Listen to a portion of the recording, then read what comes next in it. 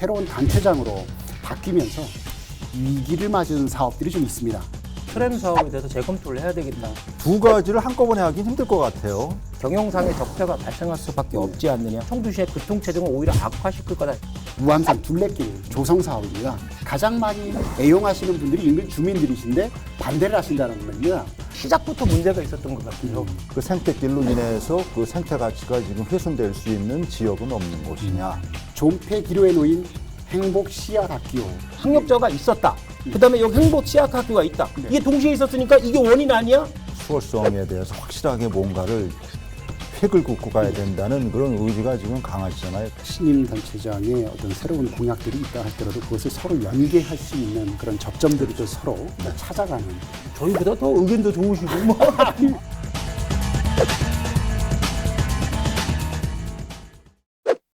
안녕하십니까. 라이벌의 불꽃 튀는 토크 대결이 펼쳐지는 리얼토크 한판입니다. 오늘은 제가 김태중 아나운서를 대신해서 1일 MC를 맡게 되었습니다. 청주대의 김영배 교수입니다. 반갑습니다. 평소 즐겨보는 프로그램인데요. 이렇게 진행을 맡게 돼서 영광입니다. 저희가 더 영광입니다. 두 분 만나서 대단히 반갑습니다. 네, 반갑습니다. 최윤현 변호사님 그리고 홍순목 대표님 자리했습니다. 혹시 뭐 시작하시기 전에 저에게 뭐 조언 한마디 하실 게 있으실까요? 아니, 시청자분들이 좀 깜짝 좀 놀라셨을 것 같아요. 네. 김태중 아나운서가 어디 갔나 해서. 오늘부로 인사이동 됐습니다. 예. 그게 아니라 몸이 좀 안 좋아서. 네. 지방선거 그리고 교육감 선거와 함께 새로운 단체장으로 바뀌면서 위기를 맞은 사업들이 좀 있습니다. 오늘 한 판에서는 위기를 맞은 사업들을 두 분을 모시고 면밀하게 분석해 보겠습니다. 첫 번째 주제는 이범석호 출범 좌초위기 사업은입니다. 청주시는 민선 8기 이범석 시장이 출마를 했습니다. 한범석 시장이 추진했던 사업들 중에서 좌초 위기에 놓인 사업들이 몇몇 개 있는데요. 그 중에 하나가 트램 도입은 사실상 어떻게 어려워졌겠죠? 그렇죠. 이전에 민선 7기 한범덕 시장이 적극적으로 의지를 갖고선 트램을 도입하려고 했었잖아요. 그래서 2020년 11월인가 모 연구원에 연구 용역까지 줘서 추진되는 거 적극적으로 추진되나 보다 했는데 그 과정에서 이제 교통의 영향이나 사업성이 별로 없다. 부정적 의견도 많았고 특히 광역철도망, 도심통과 충청권 광역철도망이 유치되면서 이거랑 서로 연계성이 모호해지면서 사업 자체가 좀 지지분해졌죠. 그러다가 이번에 지방선거에서 이범석 시장이 당선을 되면서 이 사업이 자초되는 것이 아닌가 결국은 이런 의견이 많이 나오고 있죠 이제. 트램 사업이 뭐 청주에 한범덕 원래는 이제 이수종 전 지사가 좀 의지를 갖고 제안을 많이 했고 한범덕 전 시장도 민선 5기 때 시장 재직 시절에 좀 하려고 그랬었죠. 그러다 못하다 이제 다시 민선 7기 때 하려고 그랬는데 그런데 이제 광역철도 도심통과 문제가 나오니까 이게 적극적으로 좀 개진을 못하다가 이게 광역철도가 되는 듯 안 되는 듯 좀 불투명하잖아요. 그러니까 그 틈을 막간을 이용해서 다시 용역을 했다가 뭐 좀 해보려고 하다가 다시 이번에 이제 낙선하면서 됐는데 두 가지를 한꺼번에 하긴 힘들 것 같아요. 광역철도 도심통과랑 뭐 트램을 어떤 선형을 나눠서 한다고 해도 굉장히 좀 예산 문제도 그러고. 그렇죠. 이게 지금 뭐 말씀을 들어보면 광역철도가 들어오고 거기에 연계되어서 보완책으로서 트램을 운영하는 것이 좋겠다. 그런 의견으로 또 용역을 또 추진을 했다라고 그러는데요. 근데 최근에 이제 이범석 시장은 원래 선거운동 기간 중에도 이 트램 사업에 대해서 재검토를 해야 되겠다라고 의견을 냈었고 최근에 또 인수위에서는 부적합하다 이렇게 결론을 내렸잖아요. 뭐 여러 가지 이유가 있겠지만 1km당 200억 이상 들어가고 전체 뭐 따지면은 한 5천억 원이 들어가는데 사업비가 너무 과다하다. 그다음 최근에 또 사업비가 올라갔잖아요. 자재비나 이런 인건비나 엄청나게 올랐기 때문에 사업비가 그 이상 들어갈 거라고 예상이 되고 또한 운영을 해도 이게 적자, 계속적으로 경영상의 적자가 발생할 수밖에 없지 않느냐. 그다음에 뭐 도로폭이 좁아서 뭐 2개 차선이 차로나 쓴다고 그러면은 청주시의 교통체증을 오히려 악화시킬 거다. 여러 가지 의견이 반영돼서 인수위에서는 부적합 의견을 내놨는데 아직까지 이범석 시장이 최종 결정은 내린 건 아니죠. 저 문제는 그 상태입니다. 글쎄 뭐 도심통과 철도가 이제 10월쯤 확정이 되니까 그렇죠. 뭐 안 된다면 다시 재추진할 수도 있는 문제가 있는데 지금 전국적으로 다른 지금 인접한 대전만 해도 지금 그 도시철도 2호선을 갖다가 트램을 하려고 그랬잖아요. 그런데 지금 예산이 거의 막 배 이상 막 그렇죠. 지금 네, 네. 급등하고 하니까 굉장히 좀 어려움을 겪는 것 같고 부산도 지금 마찬가지인 것 같고 그렇습니다. 대구도 지금 홍준표 지사가 예. 이거를 좀 그 트램을 그 모노레일 쪽으로 좀 어떻게 바꾸 예산이 더 들더라도 네. 뭐 이게 트램이 좀 지금 예. 좀 여러 군데에서 조금 삐걱거리고 네. 그런 것 같아요. 지금 우리 청주뿐 아니라. 속도의 문제도 좀 있다고 그러던데요. 그렇죠. 그런 문제도 있고 트램이 뭐 기본 노면 전차라고 하는 거잖아요. 네네. 이게 이제 우리나라 야인 시대 같은데 보면 일제 시대도 뭐 노면 전차가 있었잖아요. 예, 예, 전철 그렇죠. 네. 있었는데 이것이 어떻게 보면 일제 시대나 군사 정권 시대에 낡은 유물이 아니냐 이렇게 시청자 여러분들 생각하시는 분들이 많은 것 같은데 예, 예. 그렇지는 않습니다. 이것이 전국 지자체 한 10여 곳이 지금 추진 중이 있고 추진하려고 고려 중이 있거든요. 지금 홍 대표님 말씀하신 대로 지방 쪽의 지자체 같은 경우 대전이나 대구나 부산 이런 데는 조금 저 재검토 모드나 변경 모드로 들어갔지만 오히려 수도권에 있는 지자체 인천이나 수원, 성남, 뭐 용인 뭐 이런 화성 뭐 이런 데는 오히려 적극적으로 추진하겠다라고 그렇게 결정을 내렸거든요. 네. 그렇기 때문에 이것도 뭐 그냥 반대쪽만 의견만 들어서 그냥 폐기할 건 아닌 것 같아요. 좀 더 전문가들이나 시민들이거나 다른 지자체의 상황을 지켜보면서 재검토를 하고 특히 중요한 거는 광역철도망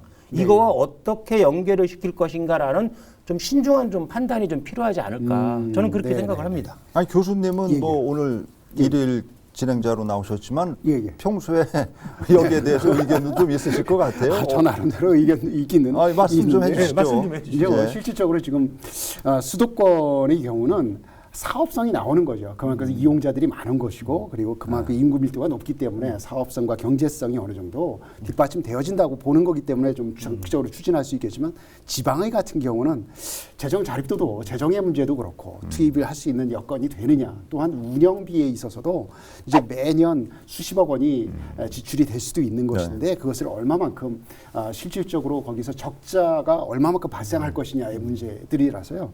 이제 좀 이것이 결정하기는 쉽지 않을 텐데 그만큼 그래도 이 사업성과 이제 경제성 논란이 어느 정도 해결이 된다고 하더라도 우리 청주 현실에서 재추진될 가능성이 있을까요? 글쎄 뭐 4년 뒤에 다시 뭐 정권이 바뀌면은 또 뭐 민주당 후보가 당선이 되면 또 모르겠죠. 이게 뭐 어떤 이데올로기 문제거나 진영 논리거나 정당 논리가 아니라 사업적인 측면, 시민 편의적인 측면에서 검토를 하는데 지금 교수님 말씀하신 대로 서울 같은 경우 만약에 뭐 화성이나 뭐 이런데 수원이나 한다고 그러면 수도권 서울하고 이 지하철 문제와 연계시킬 수 있다. 이런 부분 때문에 쉽게 사업성이 있고 수익이 나오고 있지만 지방 같은 경우는 조금 힘든 거는 교수님 말씀하신 대로 맞고 그렇기 때문에 저도 서두에 말씀드렸잖아요. 광역철도망이 어떻게 되냐, 어떻게 노선이 정해지냐에 따라서 이 사업이 향배가 결정되는데 가장 뭐 기준이 되지 않을까 저는 그렇게 생각을 합니다.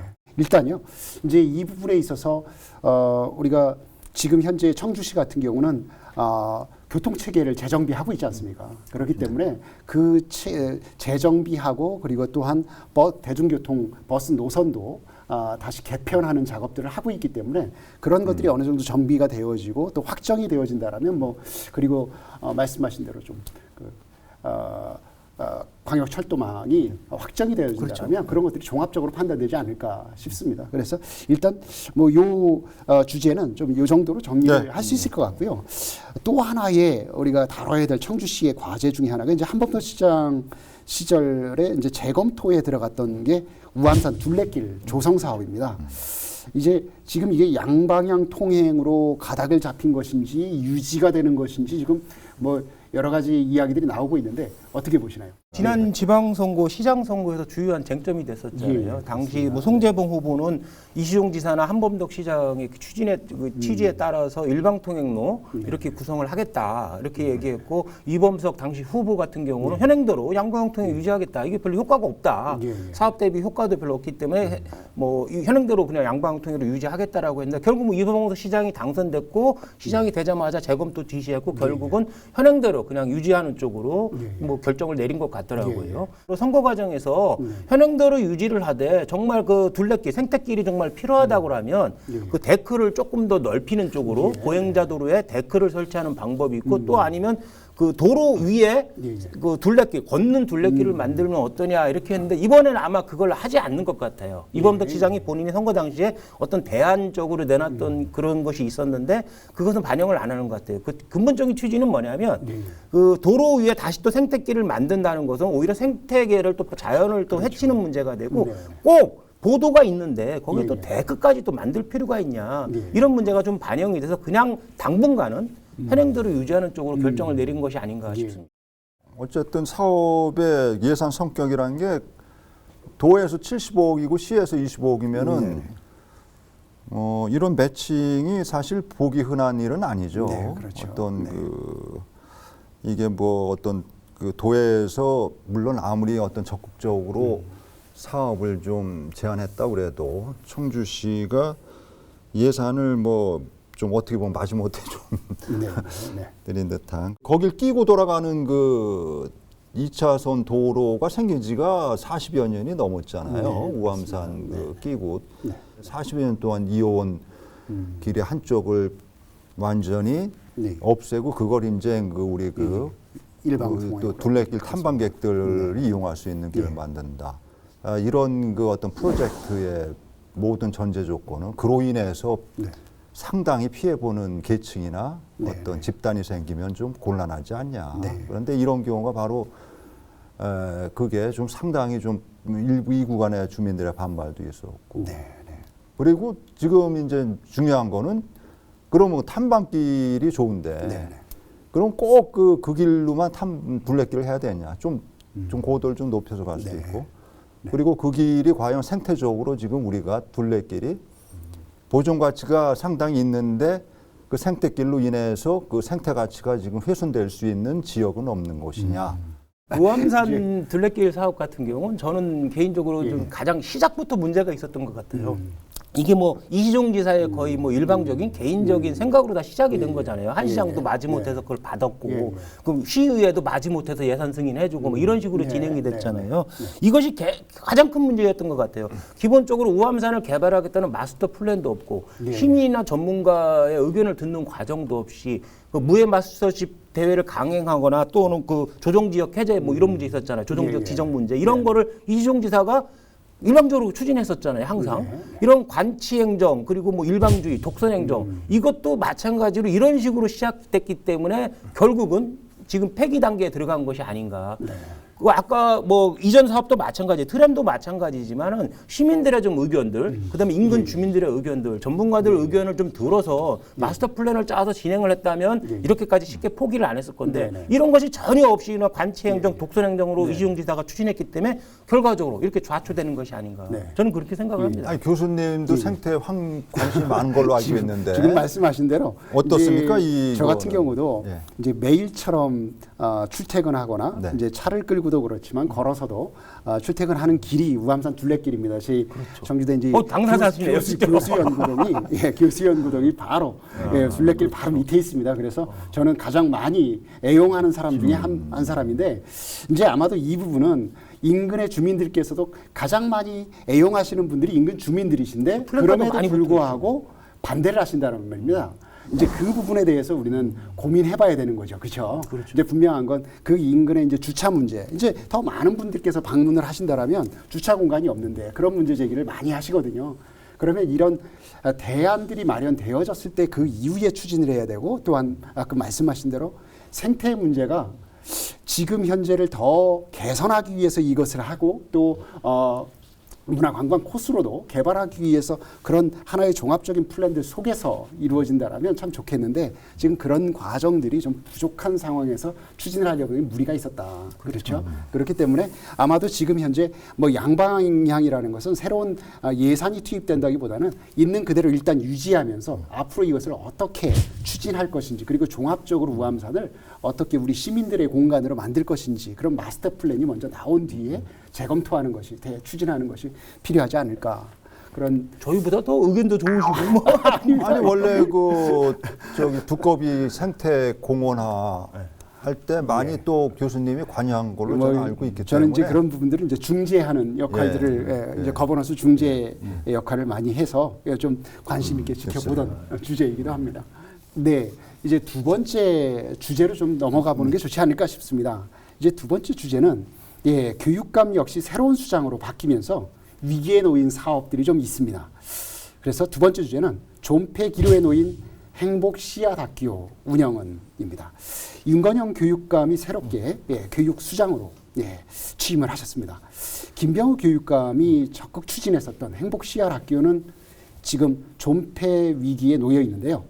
정리를 해주시면 어떻게 말씀해 주실까요? 이게 행복 시학학교 이제 혁신학교의 충북 모델이라고 할 수 있는 거죠. 김병우 진보 성향의 김병우 전 교육감이 2015년부터 좀 적극적으로 추진하던 정책인데 이게 저발전되거나 낙후된 공립학교를 좀 혁신해서 새롭게 좀 창의적이고 전인적인 교육을 해보자라고 하는 모델로 도입을 한 거죠. 이게 기본적으로 이제 우리 지역 같은 경우 행복 씨앗학교, 혁신학교가 60여 곳이 지정이 돼 있는데 이들 학교의 교육 과정을 20% 정도 자율권을 부여하고 그다음에 2천만 원 정도 예산을 지원을 하고 학 교장을 공모할 수 있고 그다음에 초빙 교사를 도입할 수 있는 여러 건 자율권 창의적으로 할 수 있도록 이렇게 하는 제도인데 이게 지금 뭐 교육감 윤건영 교육감이 후보 시절도 그렇고 당선 시절도 그렇고 그다음에 보수 쪽의 교육자들은 이에 대해 상당히 비판적이었죠. 뭐 행보트 씨앗 학교가 학력 저하를 유발한다. 그다음에 교장 공모제 같은 거 그 안에 포함되어 있는 그 사업의 일환인데 교장 공모제 같은 경우 교장 자격이 없는 사람 그리고 김병우의 측근을 기용하려는 거 아니냐. 그다음에 명문고 같은 경우 지정을 안 해주는데 명문 중학교나 고등학교를 차별하는 것이 아니냐. 이런 뭐 반대 의견이 많이 지적이 됐고 그래서 요번에 인수위에서도 이것에 대해서 부정적이다. 예산이나 인력을 기존처럼 지원하지는 않겠다라는 의견을 표명을 했는데 이에 대해서 기존의 행복 씨앗 학교 구성원들이 여기다 반대声明을 내는 상황에 이르렀죠, 이제. 네. 장점도 있겠죠. 그 지금 그 단체장이 이제 같은 당 소속 그 당선인으로 바뀐 데야 뭐 크게 전에 추진해왔던 사업들 그냥 연속적으로 하는 것 같은데 이제 당이 바뀐 지역들이 지금 문제가 되고 특히 지방선거를 통해서 수장에 오르신 분들 중에 가장 어떻게 보면 정책적으로 지금 많은 전환기를 맞는 분야가 바로 이 교육이라고 볼 수 있어요. 지금 김병우 어떤 그 진보 교육감 체제에서 어떻게 보면 조금 이제 보수적인 물론 교육에 뭐 진보 보수라는 개념은 있어서 안 되겠지만 어쨌든 그로 인해서 정책적인 변화가 많고 그래서 이제 그 어떻게 보면 옥천 같은 경우 민주당 후보가 됐지 않습니까? 그런데 이제 그 뭐 교육감은 뭐 당이 없습니다만 어쨌든 행복교육지구, 행복시작학교랑 관련이 있는 행복교육지구란 그 전임 김병우 교육감의 그런 사업에 대해서 계속적으로 이어가겠다 이런 얘기를 했거든요. 그 황규철 그 당선 그 군수는. 그러면 현 이제 그 교육감은 이제 그 윤건영 좀 보수적인 적이고 거기에 대해서 좀 부정적인데. 지금 그 예를 들어서 옥천 군수 이번에 되신 분은 그 행복 교육지구에 대해서 굉장히 좀 긍정적인 어떤 그 지금 반응을 보인단 말이죠. 그러면 과연 그런 거를 어차피 교육 당국에서 주도적으로 좀 그 사업을 해야 되는데 막상 일선 단체장은 그걸 하고 싶어도 교육 당국에서 그렇게 하면 힘들다. 이게 뭐 윤건영 교육감이나 인수위에서 이제 김병우 교육감이 적극적으로 추진했던 행복 씨앗 학교에 대해서 부정적 결과를 평가를 내놨잖아요. 그렇기 때문에 그 행복 씨앗 학교의 구성원들 1000여 명이 이제 반대声明을 거기에 대해서 반대声明을 냈잖아요. 대체의 취지는 현장을 방문조차 하지도 않고 부정적으로 평가한다는 게 있을 수 있냐 이렇게 이제 비판을 한 거고 또 하나는 이제 교육적 성과 상당히 이뤘다. 이걸 객관적인 자료를 확인을 보라. 확인도 안 하고서 부정적 결과를 내놓는다는 건 말이 안 된다라는 거고 그다음에 이게 뭐 교육청에서 김병우 교육감이 일방적으로 지정한 게 아니라 본인들이 원해서 신청을 해서 지정이 된 거다. 왜 교육청에서 일방적으로 지정을 했다고 하냐. 명문고 뭐 이런 문제에서 연계되면서 그렇기 때문에 지금 반발하는 쪽, 그 구성원들이 반발하는 기본 취지는 뭐냐면 당사자들 의견을 좀 들어봐라. 그 다음에 객관적인 자료를 평가를 해야지 왜 일방적으로 이데올로기적 편견, 이데올로기적 고집을 가지고 이거를 재단을 하냐 네. 이렇게 비판을 하는 거고 윤건원 교육감도 기본적인 생각은 그래요. 네. 당사자 의견을 조금 더 들어보고 네. 객관적인 자료도 확인을 해보고 네. 최종 결정하겠다. 조금은 시간을 달라 이런 취지인 것 같습니다. 네. 이제 이 행복시간학교 이제 혁신학교가 이제 기본적으로 이 1기, 2기, 이제 3기 단계까지 들어가는 이제 성숙 단계까지 가 있는 상황에서 그리고 많은 참여자들 그리고 이제 이것은 단순히 학생뿐만 아니라 이제 학부모, 교사 그리고 지역 전문가, 교육 전문가 그런 등등이 함께 공동체를 이뤄서 가는 그래서 이제 교육이 지금 공교육이 가지고 있는 한계를 극복하고자 하는 그런 차원에서 보완적 차원에서 가는 것인데 이제 어떻게 보면 이제 뭐 충북이 학력저하가 이루어졌다라는 그런 뭐 객관적인 통계들이 나오고 있는 것에 있어서 이것이 왜 학력저하가 이루어졌느냐라는 이유 중에 하나를 이제 뭐 그것으로 행복시간 학교가 아니냐 뭐 그렇게 평가하는 분들도 계시겠지만 이것이 어떻게 보면 조금 전에 말씀드렸던 두 가지가 같이 잘 병행되어져야 되지 않는가 그렇다면 장단점을 좀 우리가 좀 찾아봐야 되지 않는가라는 생각이 드는데요. 교육법에 뭐 교육의 이제 기본 방향이 나오잖아요. 교육법에 나오는 교육의 기본 방향에 거기에 학력 증진이라는 건 없어요, 사실은. 전인 교육, 창의 교육, 민주 교육 이런 식으로 운영이 되고 목표도 그렇게 잡아야 된다고 돼 있는데 이 행복시학학교 뭐 포함해서 혁신학교라는 것이 기본적으로 그런 교육의 목표를 지향하는 거거든요. 교수님 말씀하신 대로 지역 주민도 참여하고 지역 자치단체도 참여하고 학부모, 학생들 이 참여해서 체험 활동이거나 직업 교육이거나 진로 상담이거나 민주적 운영 이런 걸 하는 거거든요. 이것에 반대할 이유는 저는 없을 것 같아요. 물론 학력 저하를 얘기하고 하지만은 이게 시간적으로 같이 병행했다고 해서 이게 인과관계라고 착각하는 경우 많잖아요. 학력 저하가 뭐 실진지 아닌지 모르지만 학력 저하가 있었다. 그다음에 여기 행복시학학교가 있다. 이게 동시에 있었으니까 이게 원인 아니야? 이런 착각에 빠지는 것 같아요. 보수적 교육자들이 이 원인을 지적할 때 선후관계, 동시관계를 인과관계로 오도하는 것이 아닌가 저는 개인적으로 그렇게 생각을 합니다. 그러니까 보수적 교육이다, 뭐 진보적 교육이다.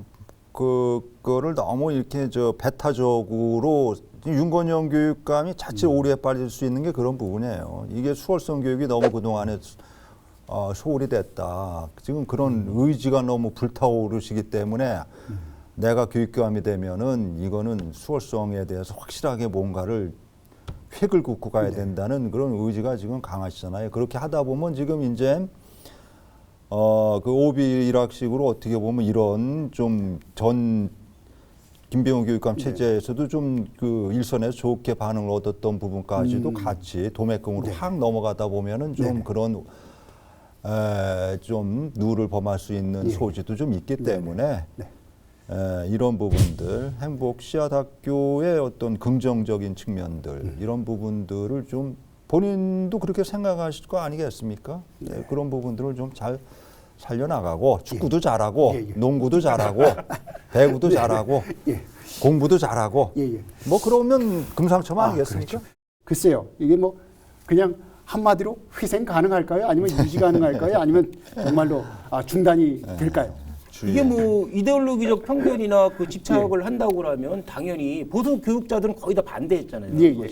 그렇기 때문에 한 칼에 쳐버릴 것 같고 지금 말씀하신 대로 구성원들 좀 얘기도 들어보고 객관적인 자료 결과도 비교 평가를 한다고 그러면은 다른 결정을 내리지 않을까 저는 개인적으로 그렇게 생각합니다. 보수라는 게 뭐 그런 장점도 있죠. 어떤 좀 같이 담고 간다. 포용하면서 간다라는 그런 가치도 보수의 가치라고 저는 보기 때문에 윤건영 그 교육감이 설령 과거의 어떤 진보 교육에 너무 획일적으로 치고 나가는 거에 조금 좀 뭐라 그럴까 좀 회의적이라도 좀 그런 부분들을 같이 좀 좋은 부분을 좀 봐서 포용하고 가는 게 뭐 또 보수의 가치고 또 굳이 교육 현장에서 또 그런 보수 진보 이념을 또 따진다면은 모르겠습니다. 저는 뭐 선거 현장의 그 같은 살벌한 분위기를 몰라서. 이제 지금까지 우리가 출엠 그리고 우암산 둘레길 그리고 교육적 측면에서 이제 행복 시작학교 이제 이런 위기 사업들에서 검토를 해봤는데요.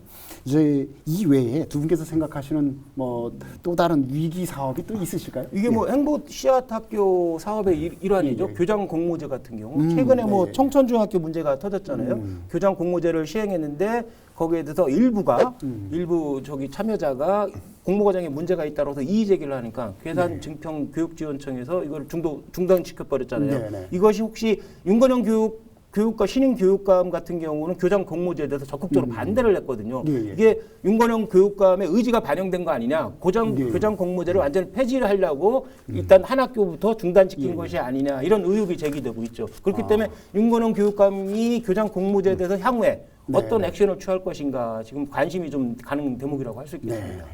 저도 한 말씀 예, 예. 좀. 네. 저는 뭐 이제 이렇게 늘 그 민선이란 게 어떤 너무 그 특정인이 그 독과점식으로 너무 장기 집권해도 문제지고 너무 또 이렇게 단발성으로 임기가 끝나도 문제고 네.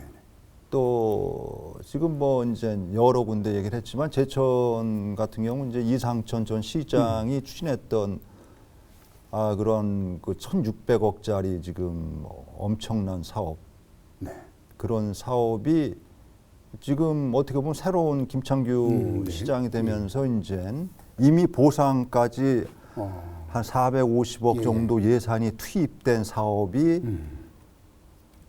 이거 이제 불투명하게 되는 그러면은 결과적으로 그 피해는 결국은 시민들하고 도민들 아니겠습니까? 그렇죠. 전 단체장이 했던 그 사업이 어느 정도 보상이라든지 사업 네네. 진척이 진행이 됐으면은 그 사업은 후임 어떤 단체장이 그걸 갖다가 단절할 수 없는 어떤 그런 제도적인 보완 같은 것도 좀 이제 필요하지 않을까. 지금 제천에서 나타나고 있는 그런 지금 현상이 그렇죠. 제가 보기에는 너무 지금 소모적이다. 네네. 이제 실질적으로 이제 이런 부분들이 우리가 신임 단체장의 어떤 새로운 공약들이 있다 할더라도 그것을 서로 연계할 수 있는 그런 접점들을 또 서로 또 찾아가는 그렇게 해서 시민들에게 그리고 도민들에게 좀 도움이 되고 발전할 수 있는 그런 길들을 찾아가는 게 필요하지 않을까 말씀을 드렸습니다. 이제 좀 정리를 좀 해봐야 될 것 같은데요. 리얼토크 한판에서 오늘 새로운 단체장과 함께한 위기를 맞은 사업에 대해서 이야기를 나눴는데요. 이번 시간 끝내기 한판으로 정리하겠습니다. 최경현 변호사님. 오늘은 만화를 좀 준비했습니다. 만평. 청소중. 만화네요. 이거 직접 그리신 건가요? 예, 직접 그리고 있습니다. 잘 그래요? 이거 특정인은 아닙니다. 뭐 새로 단체장이 들어서면서 기존의 전임자가 했던 사업을 완전 폐지하거나 또 새롭게 바꾸거나 아니면 그 이전 거를 끄집어서 옛날 걸로 돌아가거나 이렇게 하고 있잖아요. 그러나 어떤 것은 가만히 보면 개혁이나 청소라는 미명화에 사실은 더 더럽게 하는 것이 아닌가, 더럽게 하는 것이 아닌가 그렇거든요. 뭐 이데올로기적인 편견이나 진영 논리 이런 것을 벗어나서 그 사업에 이전에 있던 그 주체들이 있고 담당자가 있고 전문가들이 있잖아요. 그런 사람 의견을 좀 더 듣고 그다음에 객관적인 결과를 비교 평가를 해야 되거든요. 본인의 이념, 본인의 진영, 이 논리에 따라서 새로 완전히 뒤엎는 것은 청소가 아니라 오히려 더 더럽히는 것이 아닌가. 그렇게 생각해서 요 만화를 준비했습니다. 네. 괜찮나요? 그 인물이 누구 특정 아닙니다. 하는 건 아니죠? 네. 네. 저는 뭐 사업을 연속하든 단절을 하든 모든 어떤 우리 그 사업은 정책적인 그 결정이나 어떤 사업은 물 흐르듯이 그러니까 상식적이고 우리 주민들이 그럴 수 있구나 하는 정도의 어떤 공감을 얻을 수 있는 그러니까 무리스럽지 않은 좀 어거지스럽지 않은 그런 자연스러운 정책들이 됐으면 좋겠습니다. 오늘 두 분을 모시고 좀 리얼토크 한판을 했는데요. 제가 평소에 좀 지루하게 토론 패널을 하지 않았나 반성이 되었고요. 앞으로 더 재밌게 진행하도록 하겠습니다. 다음 주에도 한판 합시다. 리얼토크 한판!